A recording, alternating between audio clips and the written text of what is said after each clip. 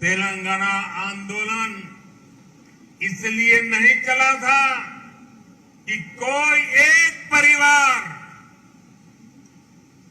तेलंगाना के विकास के सपनों को लगातार कुचलता रहे। तेलंगाना आंदोलन इसलिए नहीं चला था कि कोई एक परिवार साम दाम दंड भेद ये रास्ता अपना करके तेलंगाना को तबाह करने में नई नई साजिश करते रहे। साथियों, परिवारवादी पार्टियां भारत की केवल एक सियासी समस्या नहीं है। परिवारवाद और परिवारवादी पार्टियां देश के लोकतंत्र और देश के युवा दोनों की सबसे बड़ी दुश्मन है। देश ने देखा है, तेलंगाना के लोग देख रहे हैं कि एक परिवार को समर्पित पार्टियां जब सत्ता में आती है तो कैसे उस परिवार के सदस्य भ्रष्टाचार उसका सबसे बड़ा चेहरा बन जाते हैं। तेलंगाना के लोग देख रहे हैं कि परिवारवादी पार्टियां किस तरह सिर्फ अपना विकास करती हैं, अपने परिवार के सदस्यों की तिजोरियां भरती हैं। इस परिवारवादी पार्टियों को गरीब के दर्द की, गरीब की तकलीफ की न उनको कोई चिंता होती है, न कोई परवाह होती है। इनकी राजनीति सिर्फ इस बात पर केंद्रित होती है, एक परिवार लगातार किसी भी तरह सत्ता पर कब्जा करके लूट सके तो लूटता रहे। इसके लिए ये लोग समाज को बांटने की साजिश रखते हैं। जनता का विकास में उनकी कोई रुचि नहीं होती है। पिछड़ेपन, समाज पीछे रहे, उसी में उनका भला देखते हैं। साथियों, परिवारवाद की वजह से देश के युवाओं को, देश की प्रतिभाओं को राजनीति में आने का अवसर भी नहीं मिलता। परिवारवाद उनके हर सपनों को कुचलता है, उनके लिए हर दरवाजे बंद करता है। इसलिए आज 21वीं सदी के भारत के लिए परिवारवाद से मुक्ति, परिवारवादी पार्टियों से मुक्ति एक संकल्प भी है और एक नैतिक आंदोलन भी है। जहां जहां परिवारवादी पार्टियां हटी है, उनका अस्त हुआ है, वहां वहां विकास के रास्ते भी खुले हैं। अब इस अभियान को आगे बढ़ाने की जिम्मेदारी तेलंगाना के मेरे प्यारे भाई और बहनों की है, तेलंगाना की जनता की है। साथियों, एक और भाजपा की लड़ाई तेलंगाना के भविष्य के लिए है, तो दूसरी ओर ये लड़ाई तेलंगाना के सम्मान, स्वाभिमान और पहचान की भी है। यहां एयरपोर्ट से बाहर आते ही तेलंगाना की जो हवा में महसूस कर रहा हूं,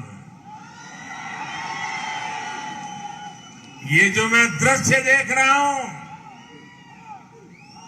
ये तपती धूप में आप लोगों का उत्साह उमंग देखता हूं।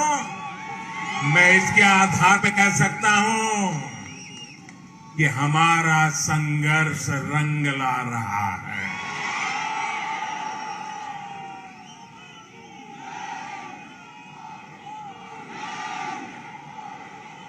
पिछले दिनों अलग अलग चुनावों में भाजपा की जीत इस बात का स्पष्ट संकेत है कि तेलंगाना में अब लोगों ने मन बना लिया है। तेलंगाना में अब बदलाव पक्का है। तेलंगाना में अब भाजपा तय है।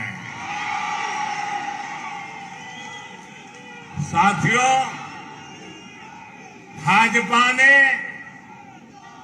पिछले 8 सालों में सबका साथ, सबका विकास, सबका विश्वास और सबका प्रयास के मंत्र के साथ देश की निरंतर सेवा की है। गरीब, पिछड़ा, दलित, आदिवासी, हमारी माताएं बहनें, हमारे अंत्योदय के सारे साथी, भारतीय जनता पार्टी के लिए उनका उत्कर्ष ये हमारी आस्था है। देश का सम्मान देश के गरीब, मजदूर और किसान के सम्मान से जुड़ा है। आज गरीब से गरीब व्यक्ति भी सपने देख सकता है, स्वाभिमान से जीवन जीने का प्रयास कर सकता है। हमने हर गरीब को शौचालय देने का वायदा किया, उसे पूरा किया। हमने गरीब को देश की आर्थिक मुख्य धारा से जोड़ने का संकल्प लिया, जन धन योजना खातों के जरिए उसे पूरा किया। हमने गरीब माताओं बहनों को धुएं से आजादी देने की बात कही, उनके नाम पर उन्हें पक्का घर देने की बात करी। पूरे देश में आज करोड़ों गरीबों का ये सपना साकार हो रहा है। आज किसानों की उनके खातों में, और खास करके मेरे छोटे किसान भाई बहनों को किसान सम्मान निधि मिल करके उनको एक नई ताकत मिल रही है। मुद्रा योजना और स्वनिधि योजना जैसे प्रयासों से लाखों करोड़ों युवाओं के लिए स्वरोजगार के अवसर बन रहे हैं। तेलंगाना के गरीब, दलित, पिछड़े, आदिवासी और महिलाओं को भी इन योजनाओं के लाभ का पूरा अधिकार है। लेकिन दुर्भाग्य से यहां इन योजनाओं के नाम बदलकर इन पर भी सियासत हो रही है। आप सियासत करिए,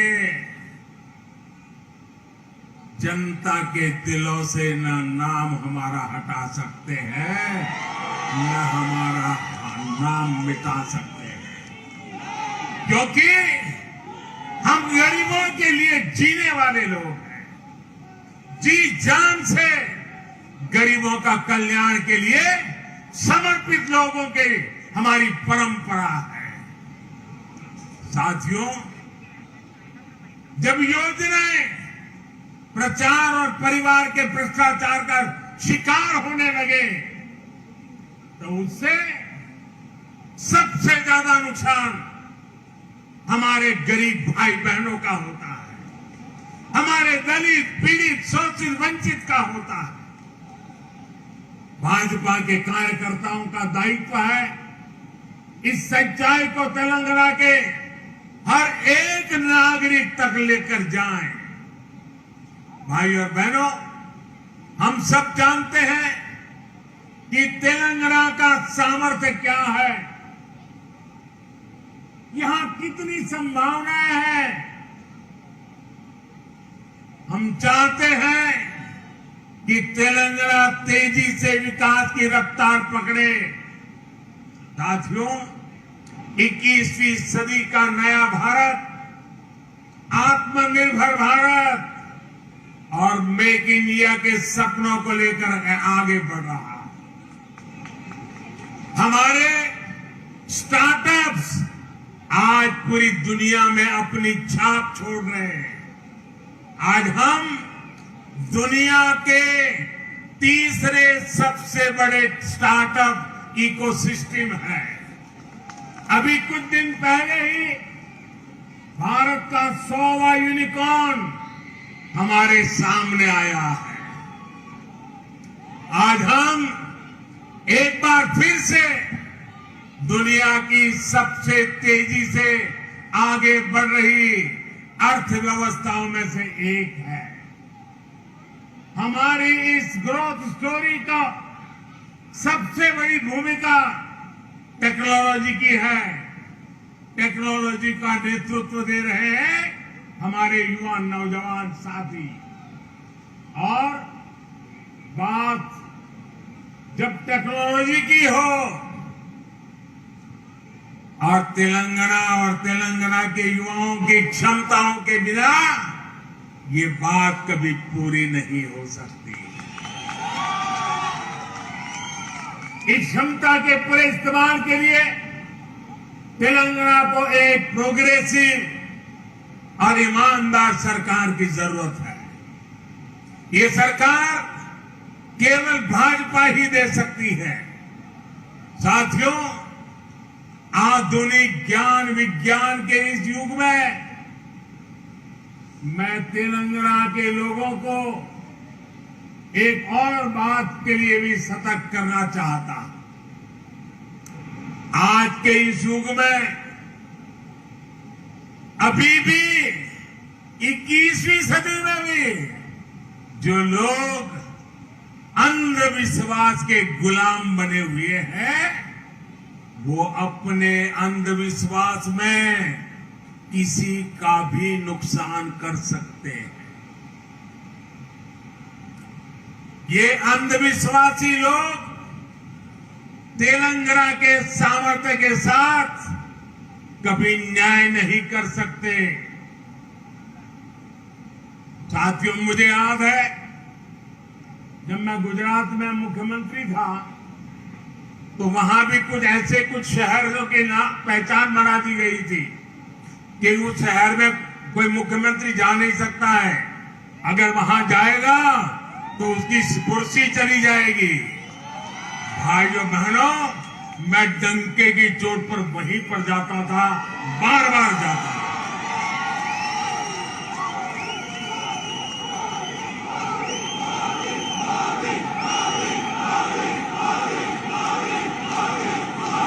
मैं विज्ञान में विश्वास करता हूं, मैं टेक्नोलॉजी में विश्वास करता हूं। भाइयों बहनों, मैं तो आज तेलंगाना की इस धरती से उत्तर प्रदेश के हमारे मुख्यमंत्री श्रीमान योगी आदित्यनाथ जी को भी बधाई देता हूं।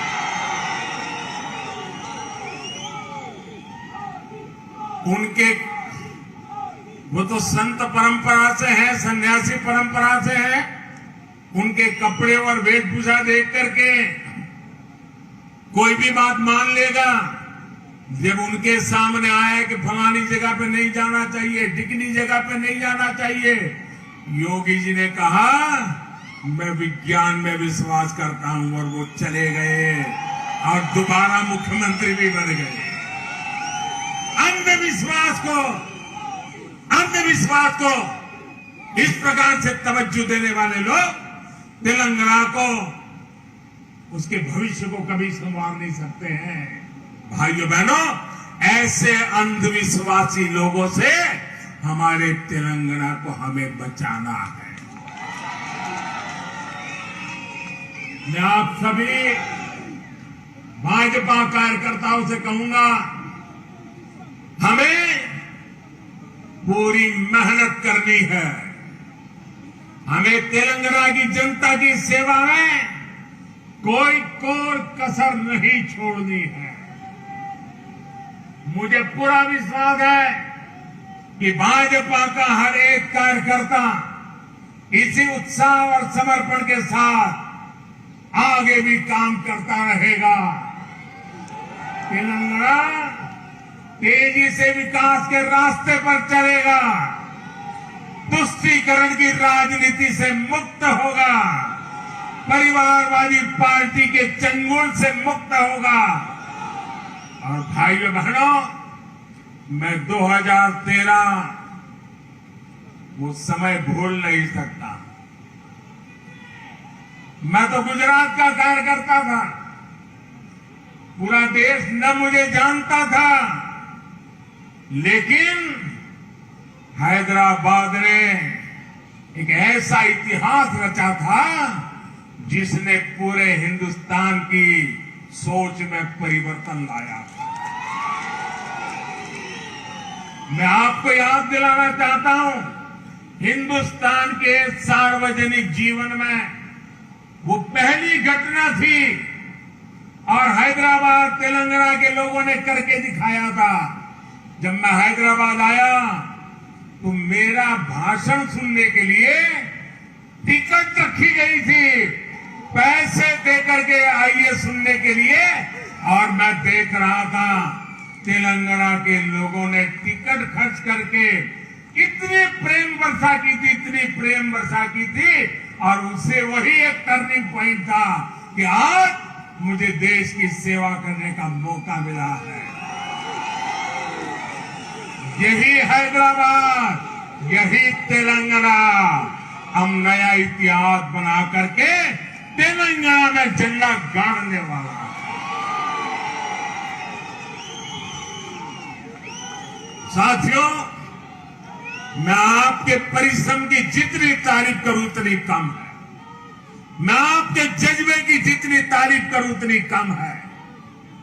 लेकिन मुझे पूरा विश्वास है, ना आप झुकने वाले हैं, ना आप थकने वाले हैं। आप जूझने वाले भी हैं, जीतने वाले भी हैं। मेरे साथ बोलिए, भारत माता की, भारत माता की, भारत माता की। बहुत बहुत धन्यवाद।